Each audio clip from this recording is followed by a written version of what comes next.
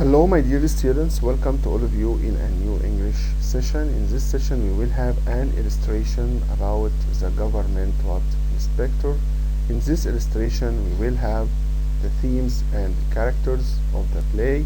This presentation is presented by Mr. AMR FATHY.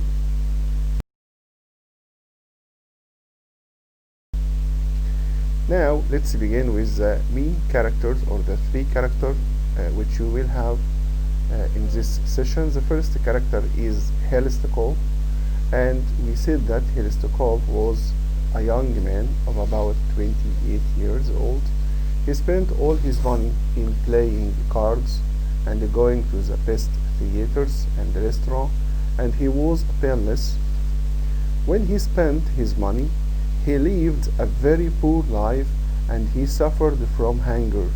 He spent his money foolishly and quickly by showing off. By what? By showing off. Here we have subtitle for the character of Khlestakov, number E. He was very careless and lazy.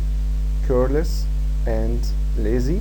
It was clear when he left St. Petersburg 2 months ago on his way to Saratov, where his family lived. He spent all his money that his father had sent him, and he became penniless. It was the meaning of penniless, I mean here by penniless, broke and penniless, and he couldn't pay the bill, and the landlord of the small inn refused to serve him by any meals until he would pay. He also threatened him to complain to the mayor and the police. Okay. Number B, he was an extravagant showing off.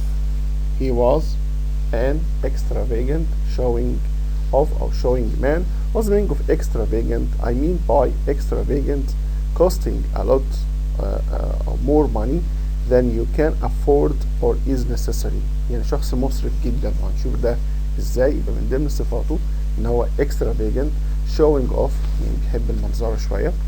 طبعا it was very clear when he has money, as when he has money he spent it all on the best food and the best drink and the gambling. What's the meaning of gambling? I mean by gambling اللي هي the activity of playing games of a chance for money. يعني كان دايما بيلعب قمار يعني.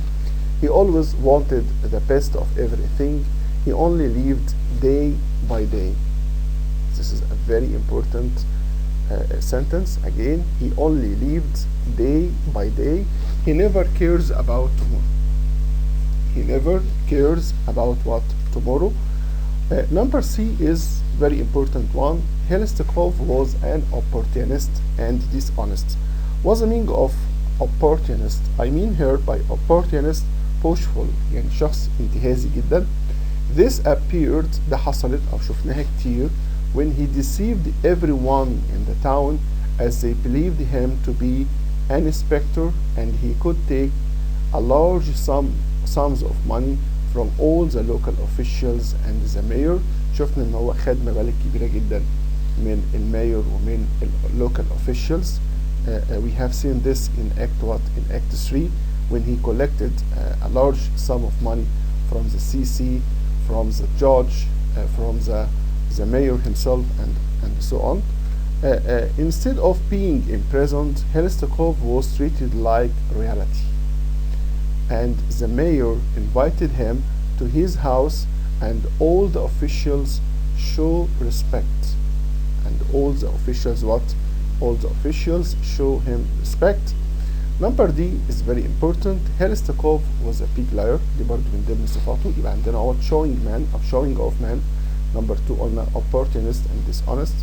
Number D بقى قلنا Khlestakov was a big liar, as this appeared when he said that he was a famous person in Petersburg. لما بلغ الماير والofficials ان هو شخصية مشهورة.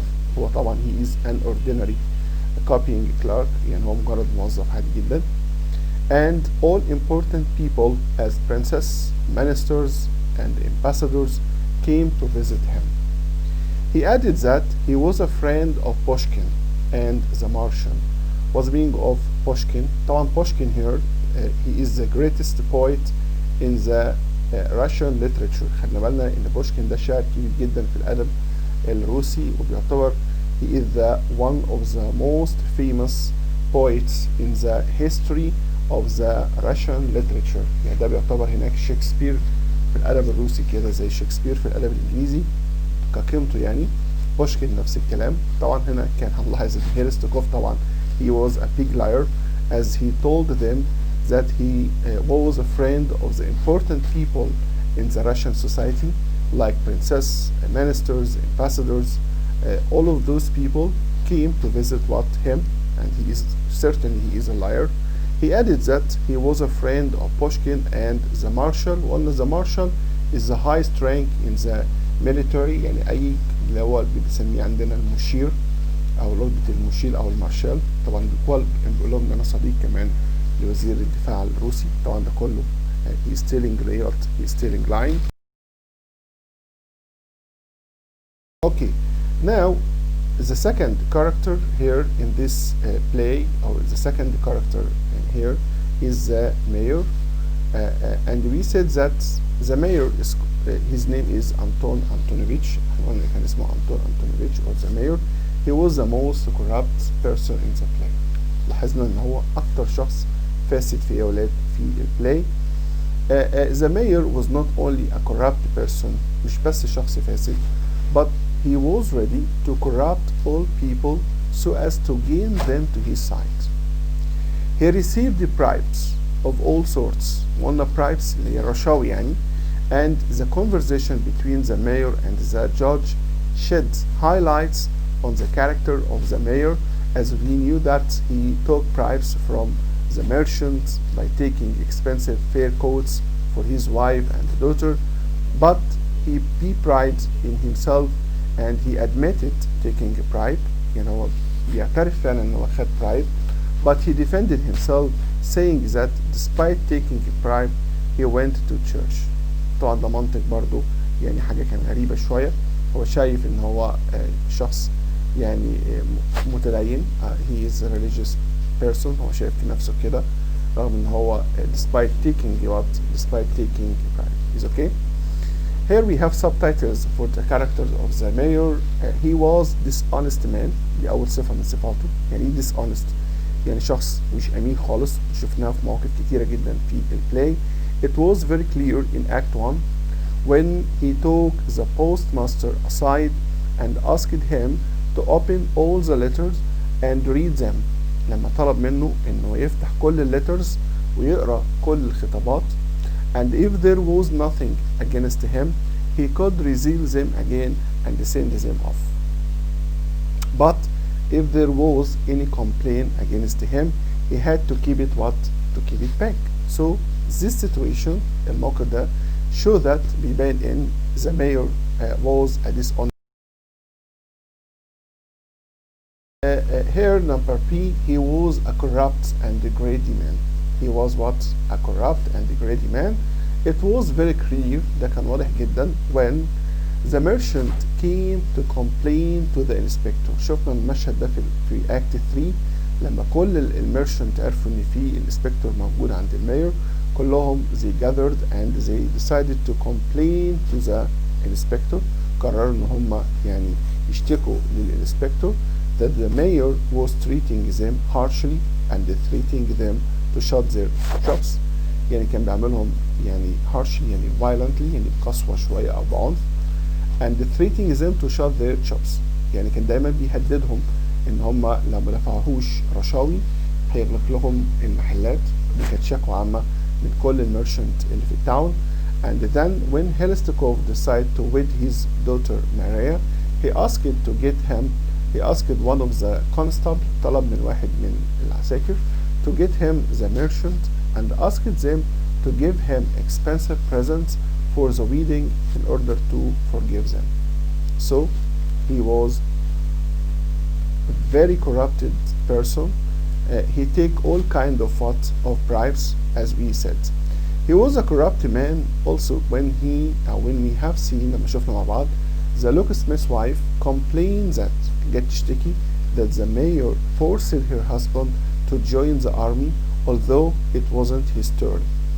طبعا شفنا الست اللي جايه تشتكي ان هو ان المايور كان سبب ان جوزها يخش الجيش رغم ان ده it was not his turn، يعني ما كانش ده المفروض. طبعا كان القانون في روسيا في الوقت ده ان الشخص اللي هو المتزوج ما يروحش الجيش، المفروض يعني ما يأديش خدمة عسكرية.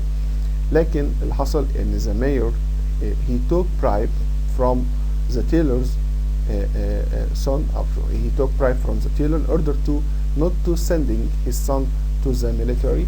فاللي حصل ان هو he took the locksmith's wife instead of what of the tailor's son. is okay.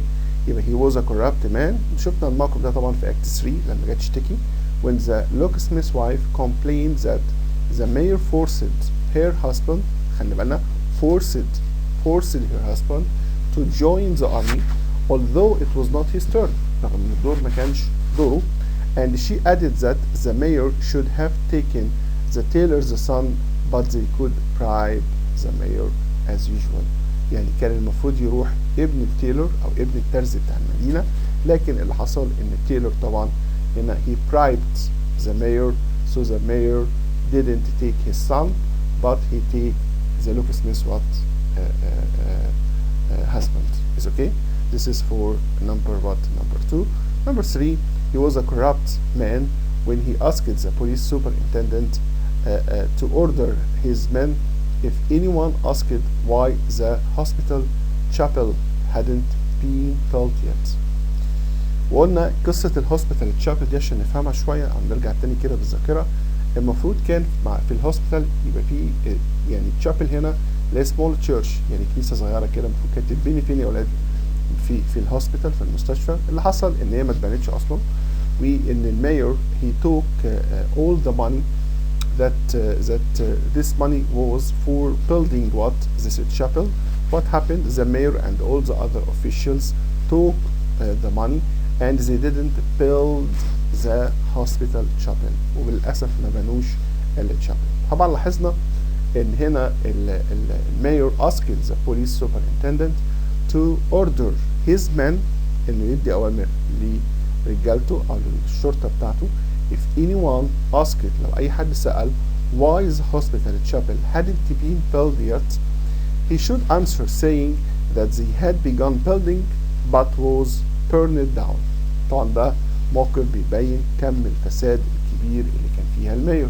يعني بيقول له لو حد سألك يبقى فهمهم ان احنا بنينا التشابل لكن حصل حريقة وقعت. طبعا هو في الاساس ما بناش اصلا الايه يا ولاد التشابل. ده بيقول لك يعني هو اثبت في الورق ان هو بنى تشابل لكن هو في الحقيقة لم يبني اي شيء.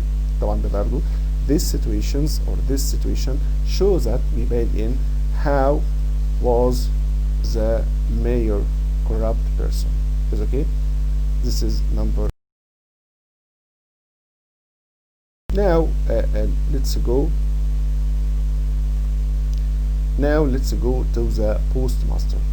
Who is the postmaster? طبعا يبقى عندنا 3 characters، يبقى Khlestakov, the mayor, the postmaster.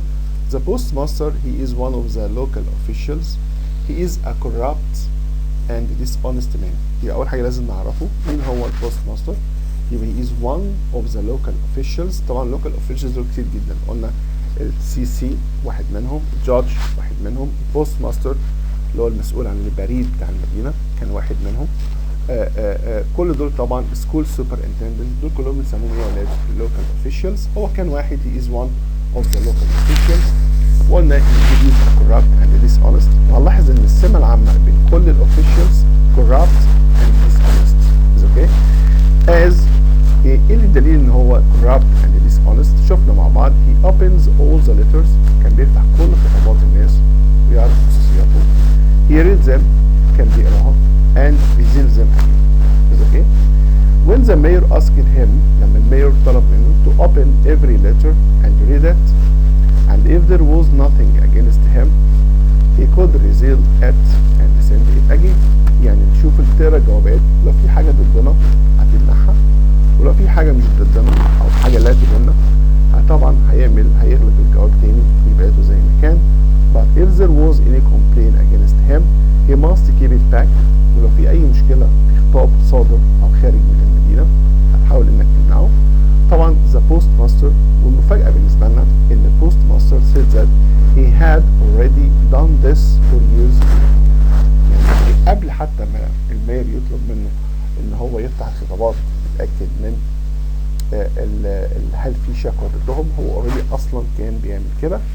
طبعا he is nervous، شفناه at the end of act 3 في نهاية act 3 when he was nervous when he comes to tell the officials that Khlestakov was not the government inspector. Is okay? This is for the postmaster. He is not the main characters in the officials. ما يعتبرش من الشخصيات الرئيسية أو في officials.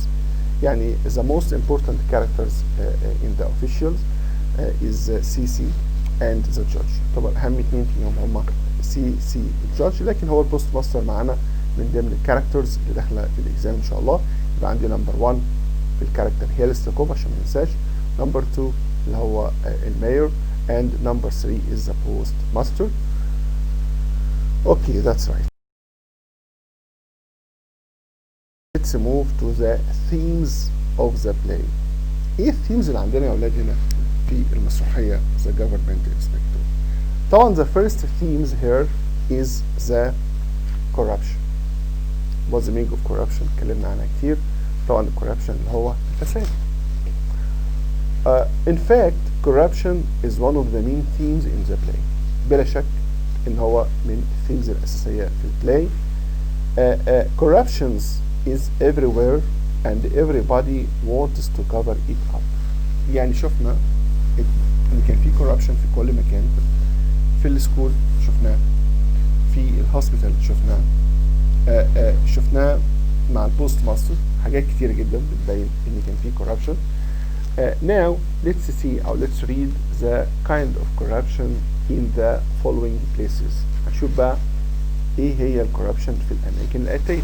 Number 1 in the hospital، وقلنا we find in the hospital all sorts of corruption. شفنا كل انواع الكوربشن زي number E the patient are not given any medicine as nobody cared about them. ما كانش في اي حد قلنا بيهتم بيهم خالص.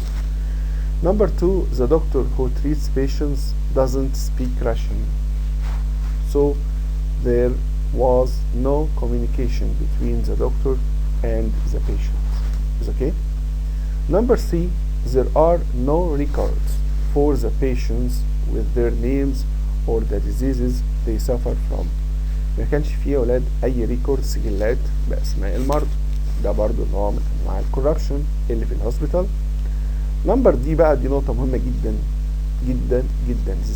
This point is very important and take care. The CC or the charity commissioner and the doctor have a strange philosophy. اتكلمنا عنها قبل كده في Act 1 ان هما كان ليهم فلسفة غريبة شوية about giving medicine. They believe that the more natural treatment is better. كل ما ندي علاج طبيعي هو ده الحل الأفضل. They think that the patient are simple people, so if they die, well they die. And if they get better, well they get better without giving any medicine. يعني ما كانش بيدوا أي علاج لمين يا ولاد؟ للبيشنت. Is okay؟ يبقى تاني اهوت، يبقى نمبر 1 في الكوربشن لازم نقسم كده الاجابه. يبقى لازم احدد ان الكوربشن هو ده المين ثيمز تاكيد في البلاي. بعد كده بتكلم على ان corruptions can be found everywhere and everybody wants to cover it up. شفنا ان الفساد كان في كل مكان في المدينه، كل شخص بيحاول يغطي عليه. وقلنا البوينتس دي اهم البوينتس تقريبا اللي في الهوسبيتال. نمبر اي قلنا the patient are not given any medicine. نمبر 2 the doctor doesn't speak Russian. الدكتور اللي كان في المستشفى ما كانش بيقدر يتكلم روسي. There are no records. The CC has a strange philosophy. طبعا دي كانت نقطة مهمة جدا. ببساطة ان the patient are simple people، ناس بسيطة. So if they die, will they die, and if they get better, will they get better. يعني ما بنديش medicine، اللي يعيش يعيش واللي يموت يموت هكذا. دي بالنسبة لي أولاد دي corruption in the hospital. Okay, now let's see the corruption in the what? In the courthouse. In the courthouse, we have seen all kinds of of corruption. The first one, or number one, the judge takes bribes, and the courthouse smells very bad. Number two, the offices are full of all kinds of rubbish, and the smell of vodka was everywhere. شفنا مع بعض ان حتى الموظفين او الكلارك اللي كانوا شغالين في الكورت هاوس كلهم تقريبا سكرانين، كلهم بيشربوا فودكا. طبعا ان في روائح كريهه طبعا في المكان. and skins of animals were hanging up to dry. Number three, not one of the clerks always smells vodka. Number four, the porter keeps geese and gosling in the waiting room. شفنا مع بعض البورتر اللي هو البواب كان بيربي يعني طيور وحاجات كده في الويتنج روم بتاعت الكورت هاوس. ده شيء طبعا غريب جدا كان موجود. Number five, in the mayor asked the judge to clean off all the rubbish and to get rid of the bad smell and to order the clerks to eat onion. وأنا طبعا فكرة الonion because of their bad smell due to what drinking what vodka is okay. Then we have the corruption in the school, and we have seen شفنا مع بعض إن we have a lot of corruption in the school. Like number E, one teacher is always looking dull and unpleasant. This is for the school. Number P, another teacher teaches the boys godless belief. وزن godless belief قلنا يعني كان بيعلمهم اللي هو فكرة طبعا godless اللي هو someone who doesn't believe in God، اللي هو نفس مش بيؤمن بالله ممكن يعني. طبعا شفنا كان في مدرس بيعلم أولاد إلحاد، طبعا ده كان فكر منتشر جدا في روسيا فترة من الفترات. Number C, a third one اللي هو the history teacher. شفنا مدرس التاريخ who damages the chairs، كان بيكسر أو بيبوظ الكراسي while explaining the battles of Alexander the Great. طبعا كان بيجي يشرح معارك ألكسندر، فكانت الجلالة بتاخده شوية وبيكسر أو بيتقمص دور ألكسندر. طبعا كان بيكسر التشيرز والحاجات الأدوات اللي في السكول. يبقى تاني اهوت، يبقى لما نيجي نتكلم عن corruption لازم نوضح the kind of corruption in the hospital, the corruption in the courthouse, and the corruption in the school. Is okay? This is for corruption. Now let's go to the second theme in this play is the misunderstanding. Of course, misunderstanding is one of the main themes in this play, and we can say that the whole play المسرحية كلها is based on misunderstanding. هي مبنية على فكرة misunderstanding اللي هو ايه يا ولاد؟ سوء التفاهم. ازاي يعني؟ تعال نبدأ من الأول خالص. يعني أول حاجة إن the mayor أول خالص plead that Khlestakov was the disguised government inspector. يعني من بداية الموضوع خالص المايور كان فاكر إن Khlestakov هو ده disguised government inspector زي ما صاحبه أو صديقه قال له في الإيه؟ في الخطاب شفناه في أكت يا ولاد في أكت 1. So he treated Khlestakov with a great respect. دي ملحوظة مهمة جدا. بيعاملوا طول الأحداث بنوع من الاحترام الكبير and fear والخوف إنه كان خايف منه. He apologized for him for bad treatment he received in the end. لما اعتذر له على المعاملة السيئة اللي شافها فين؟ في الفندق. دي حقيقة. At the same time وفي نفس الوقت Khlestakov thought that كان فاكر إن the mayor came to meet him in the inn to take him to prison according to the landlord's complaint. يعني كل واحد فيهم فاهم التاني حاجة. الماير فاهم ان هو ده government inspector، لكن هو في الواقع مش government inspector، هو شخص عادي جدا. في نفس الوقت Khlestakov افتكر ان الماير لما جه يزوره او جه يقابله هو جاي عشان ياخده ويوديه في السجن. فهنا طبعا كان في نوع من misunderstanding واضح جدا. ده فاهم حاجة والتاني فاهم حاجة. اوكي، دي بالنسبة دي number what? number 2. number 3, the mayor defended himself saying that his salary was not enough for tea and sugar. يعني كان دايما بيدافع عن فكرة ان هو بياخد رشوة، وشايف ان اللي هو بيعمله دوت ان بسبب ان السالري بتاعه ضعيف جدا، ان هو حتى لا يكفي ان هو ياكل عيش، ما يكفيش حتى. طبعا الاكسبريشن was not enough for tea and sugar، معناه هنا يعني مرتبه ما ياكلش عيش. and he added that he was obliged to take bribe، ان هو بيضطر ان هو ياخد bribe but only little bribe that did not or that did nobody harm. يعني بيحاول ياخد salary ياخد bribe بسيط خالص little، يعني في نفس الوقت ما يأذيش حد. طبعا ده this is the philosophy of the mayor. فلسفته غريبة شوية، لكن هو الشخص طبعا corrupt. ده احنا اتكلمنا عنها بشكل واضح. طبعا وين هيلستكوف، الموقف الثاني بيبان فيه misunderstanding، ان وين هيلستكوف told him he was traveling to Saratov، لما قال له ان انا مسافر ازور عيلتي في ساراتوف، the mayor thought he was a liar، افتكر ان هو بيضحك عليه، لكن هي دي الحقيقة، هو فعلا كان مسافر لأسرته في ساراتوف. هل هو انسبكتور؟ في الحقيقة طبعا مش انسبكتور. وفي نفس الوقت هو فعلا كان مسافر يزور أسرته في ساراتوف. كل حاجة كان بيقولها هيلستكوف كان بيحصل misunderstanding من مين يا ولاد؟ من الماير. اوكي. كذلك when هيلستكوف asked the mayor about the means of entertainment in the town, the mayor denied and understood that he tested him but really he wanted to play cards. دي نقطة مهمة جدا شفناها في اكت يا ولاد 2، لما هيلستكوف كان بيسأل الماير هل في اي means of entertainment. طبعا هو عايز ايه بالانترتينمنت؟ طبعا ما تنسوش ان هو he is gambling، يعني دايما كان بيلعب قمار، يعني he is a gambler، يعني كان شخص دايما مقامر، بيحب he likes to play cards، كان بيحب يلعب يعني قمار وكده. فهو بيسأل عن الحاجة اللي هو بيحبها، فطبعا هنا الماير فهمها لا، فاكر ان هو يختبره يشوفه يعني شخص هل هو الماير مستقيم ولا شخص ولا ليه في لعب القمار. فطبعا كل واحد فيهم هنا فسر الموقف بشكل مختلف. يبقى دايما هنلاحظ تاني الميس اندرستاندينج مهم جدا من الثيمز المهمه، لان البلاي كلها مبنيه على فكره الميس اندرستاندينج او سوء التفاهم. شفناه في كذا موقف، يعني في بدايه خالص لما الماير افتكر ان هيلستكوف هو ده disguised government inspector. في نفس الوقت هيلستكوف thinks that the mayor came to take him to the prison according to the landlord complaint. ما تنساش ان اللاندلورد بتاع السمول ان هدده ان هو if he didn't pay the bill، لما ما دفعش الفاتوره he will complain him to the mayor of the town. عشان كده حصل هنا فكره ايه يا ولاد؟ misunderstanding. Is okay.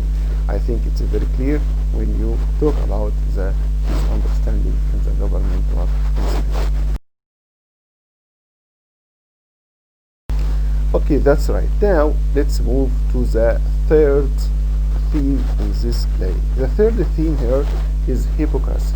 What's the meaning of hypocrisy؟ اللي هو فكرة النفاق أو الكذب يعني. طبعا the hypocrisy is very clear in many situations in the play. One of this is when the mayor, we can say that the mayor is a dishonest man. شفنا ده من الأول خالص إن هو شخص مش أمين خالص. And he admit taking bribes but a little one. At the same time he defends himself saying that he went to the church on Sunday but the judge is godless. Is okay. Number 2, hypocrisy اللي هو النفاق is very clear in Act 2. ده كان واضح جدا ايه يا ولاد في Act 2 when the mayor knows that Khlestakov is telling lies. لما كان عارف في الموقف طبعا لما قعد يكذب بشكل كبير جدا، لما قال لهم ان نعرف الممثلات البرنسيسز والامباسادورز كل الحاجات دي كلها، طبعا هو كان كاذب جدا، والمارشال وبوشكين طبعا دي كانت مجموعه اكاذيب هو قالها في الجلسه. طبعا في نفس الوقت نقدر نقول ان المايور كان عارف know that Khlestakov is telling lies، هو كان عارف ان هو بيكذب وبيبالغ جدا في كلامه but he pretends to believe every word he says، لكن كان دايما بيتظاهر ان هو مصدق كل كلمه ايه يا ولاد بيقولها. يبقى نقدر نقول الهيبوكراسي برضو تعتبر من الثيمز الاساسيه في البلاي. برضو نمبر 3 مهمه جدا ان when he invited him to his own house، لما المايور عزم على هيلستكوف لما كان فاكر ان هو الانسبكتور، طبعا لما عزم ان هو invited him to his house it was a kind of hypocrisy not generosity. يعني دي كانت حاجة من نوع من أنواع النفاق مش كرم ضيافة زي ما بيتقال. واضح؟ يبقى دي برضو ده موقف مهم جدا. تاني يبقى عندنا في نقطتين مهمين جدا نركز عليهم اللي هي نمبر 2 و 3. Hypocrisy is very clear in Act 2 when the mayor knows that Khlestakov is telling lies, but he pretends to believe every word he says. Number 3, when he invited him to his own house, it was a kind of hypocrisy, not generosity. كانت نوع من النفاق طبعا مش من الكرم. The last one, or the last point in the hypocrisy, when the officials knew that Khlestakov wanted to marry Maria, they began to tell the mayor that he was lucky, and that was a reward for his loyalty. Of course, it was a kind of what? It was a kind of hypocrisy. Is okay? دي بالنسبة يا ولاد للhypocrisy. As we said, it was one of the main themes in the Bible. Now let's go to number 4, mother-daughter conflict. ده مهم جدا. شفنا في صراع كده غريب شوية ما بين mother اللي هي the mayor's wife Anna and her only daughter Maria. كان في صراع غريب بينهم هنتكلم عنه دلوقتي. أول حاجة بنلاحظها إن Anna appears as an empty-headed woman who cared nothing. يعني شفناها ست تافهة جدا. She cared nothing, trivial things. يعني كل اللي بتهتم بيه حاجات تافهة. She is very curious and vain. شفنا إن هي يعني فاضية خالص. أو شخص عندها curious فضول دايما. Number 2 is very important. Why? Because her relationship with her only daughter is a very strange one. يعني علاقة كانت بينهم علاقة غريبة شوية. As Anna treats her daughter as if she were stupid. دايما كانت بتعامل ماريا اللي هي بنتها على انها شخصية غبية. And never believes what she says. كل ما البنت اللي هي ماريا تقول اي حاجة مامتها كان بلاحظ دايما scolded her. يعني scolded يعني دايما توبخها، دايما تقلل من شأنها هكذا. However, Maria is frequently right. كانت دايما البنت بتطلع هي صح. For example, when she saw Dob coming, but her mother wouldn't kill him. طبعا فاكرين احنا الموقف اللي هو في بداية Act 2 لما كان دوب جاي عشان يزوم الأخبار الحوار اللي حصل ما بين الماير في أول اجتماع مع الانسبكتور اللي هو هيلستوكوف، وقعدوا يتجادلوا هو ده دوب لا مش دوب، هو دوب لا مش دوب. طبعا مين اللي كانت صح؟ طبعا ماريا was right in her argument with her mother. Number 2, very important. Anna is usually criticizing and blaming her daughter. لاحظنا دايما ان هي كانت دايما scolding her, دايما criticizing her, دايما blaming her, دايما بتلومها، دايما بتنتقدها most of the time طوال الوقت تقريبا.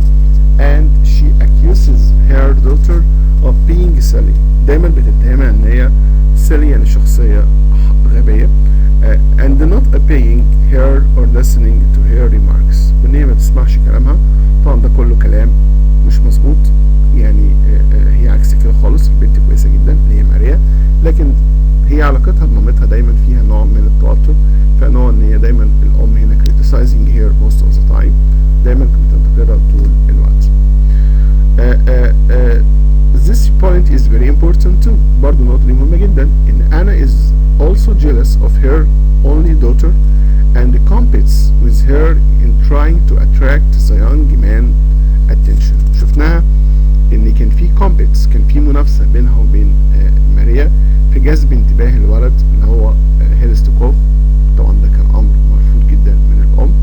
يبقى نقدر نقول ان هي jealous، يعني دايما كانت jealous يعني غيورة جدا منها. ده حاجة غريبة. دايما الام بتحب البنت اكتر او بتحب بنتها بشكل كبير، لكن العلاقة بينهم كانت علاقة غريبة شوية. زي ما قلنا كده it was a strange relationship between Anna and her daughter Maria. دايما فيها فكرة الكومبيتنج المنافسة، فيها فكرة الجيلسي اللي هي الغيرة شوية هكذا. and is trying زي ما قلنا in they are Anna is trying to attract the young man Khlestakov. طبعا هنا أقصد هنا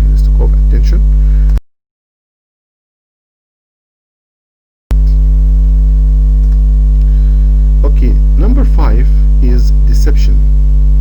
Deception is considered one of the main themes in the play. يبقى طبعا ممكن يكلمني في السؤال في الاكزام بشكل واضح، يعني ممكن يقول لك مثلا corruption is one of the main themes، أو talk about the corruption in the school، talk about أو describe the corruption in the hospital. طبعا الأسئلة ممكن يتنوع بشكل أكتر من صيغة أو أكتر من طريقة. طبعا deception هنا اللي هو الخداع. هنشوف بقى القصة طبعا كلها فيها خداع في خداع، كله بيضحك على كله بيكذب على كله. يعني شفنا number 1 Khlestakov deceived all the officials and could collect a lot of money and then he ran away. في نهاية المسرحية طبعا شفناه لما ضحك على كل الofficials والماير وقدر ان هو he could collect a big sum of money، يعني مبلغ كبير جدا، and he ran away وهرب بعد كده. طبعا number 2 is very important. Why? Because Khlestakov was not a government inspector as they expected. ما كانش inspector زي ما هم كانوا متوقعين. But he was an ordinary young traveler. He was an ordinary young traveler who deceived them all. قدر يخدع كل الناس دي واداهم إيحاء أو إحساس إن هو government inspector. خلنا بالنا في نقطة مهمة جدا اللي نجحت هيلستكوف إنه يضحك على الناس دي كلها، إن هو أصلا كطبيعة شخصيته فيها فكرة الشوينج أوف، يعني بيحب المنظرة. فالمنظرة مع الابيرنس، مع شكله، مع كذا حاجة، فقدر كل ده يقدر بذكائه دوت أو بطريقته أو بأسلوبه إن هو he deceived all the official and the mayor and all the people and all the officials in the small town believed that he was a government inspector. كلهم صدقوا إن هو inspector. But in fact لكن هو في الحقيقة but in fact he was an ordinary on a copying clerk. هو مجرد موظف عادي جدا، يعني هو لا شخصية مشهورة ولا أي حاجة خالص. طبعا the mayor spent all his life. النقطة دي مهمة جدا جدا جدا. number 3 the mayor spent all his life deceiving people. يعني هو قضى حياته كلها تقريبا بيخدع الناس وبيغشهم. he cheated many people and tricked many of them but he has been deceived by Khlestakov. يعني ايه يا ولاد؟ يعني هو رغم انه بيخدع كل الدنيا لكن للاسف اتخدع واتضحك عليه من مين؟ من هيلستكوف. اوكي؟ يبقى دي نقطة مهمة جدا. تاني again the mayor spent all his life deceiving people and he cheated many people and tricked them but he has been deceived by Khlestakov. The last one دي نقطة مهمة جدا. Khlestakov deceived Maria too. مش بس ان هو ضحك على باباها اللي هو الماير، لكن حتى البنت اللي هي ماريا. he promised her to love and marrying her. هو وعدها انه بيحبها وان هو هيتجوزها. and he told them that he would ask his uncle for his blessing but sure he wouldn't come back. يعني هو وعده ان هو هيرجع تاني، لكن طبعا the play ended when he ran away and the mayor discovered اكتشف that the person who treated with him as a government inspector، ان الشخص اللي كان بيتعامل معاه ان هو inspector، he was an ordinary person. He was what? An ordinary person. This is the end of the play. Thank all of you for your listening and I hope to meet you in another session. Thank you so much and